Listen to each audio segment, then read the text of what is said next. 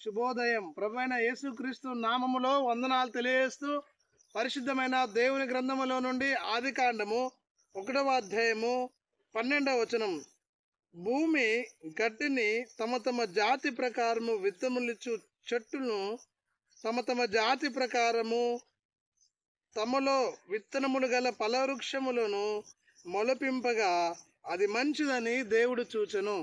దేవుడు భూమికి ఆజ్ఞాపించినప్పుడు భూమిపైన వృక్షములు రకరకాల ఫలవృక్షాలు మొలిచినట్లుగా మనం చూస్తూ ఉన్నాం.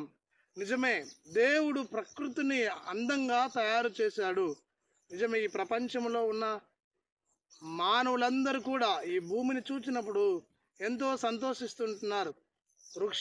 ఫలవృక్షములు ఆ విధంగా ఉన్నాయి. గడ్డి, అందమైన పూల చెట్లు, ఈ విధంగా దేవుడు ఆజ్ఞాపింపగా ఆ భూమి మొలిపించినట్లుగా చూస్తూ ఉన్నాం. దాన్ని చూసి, పచ్చదనాన్ని చూసి హృదయానికి ఎంతో సంతోషము, సమాధానము కలుగుతుంది. కొన్నిసార్లు భూమిపై మనము నడిచి నడిచి నడిచి అలిచిపోయి ఒక పచ్చని గడ్డిలో కూర్చుంటే ఎంతో సేద తీర్చి అది ఆనందాన్ని ఇస్తుంది. ఇక్కడ కనబడుతున్న పచ్చని వృక్షములు, చెట్లు మనకు కనబడుతున్నాయి. నిజమే, దేవుడు ఎంత గొప్ప సృష్టికర్త. ఆయన ఇచ్చే ఆనందం, ఆయన ఇచ్చే సంతోషం నీవు నేను పొందుకోవాలి. సృష్టిలో ఈ భూమిని అందంగా తయారు చేశాడు. వాటికంటే అందంగా మానవుని తయారు చేశాడు. ఆత్మ దేవుడు సత్యస్వరూపైన ప్రభు మనలో ఉండాలని నివసిస్తున్నాడు.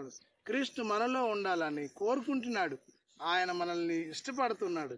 ఆయనలో నీవు ఉంటూ నిజమైన ఆనందాన్ని పొందుకొని సంతోషించే కుమారుడిగా, కుమార్తెగా, సంఘముగా మనం వర్ధిల్లాలని కోరుకుంటూ కొద్ది మాటలు దేవుడు మన వినికిడిలో దీవించును గాక. ఆమేన్.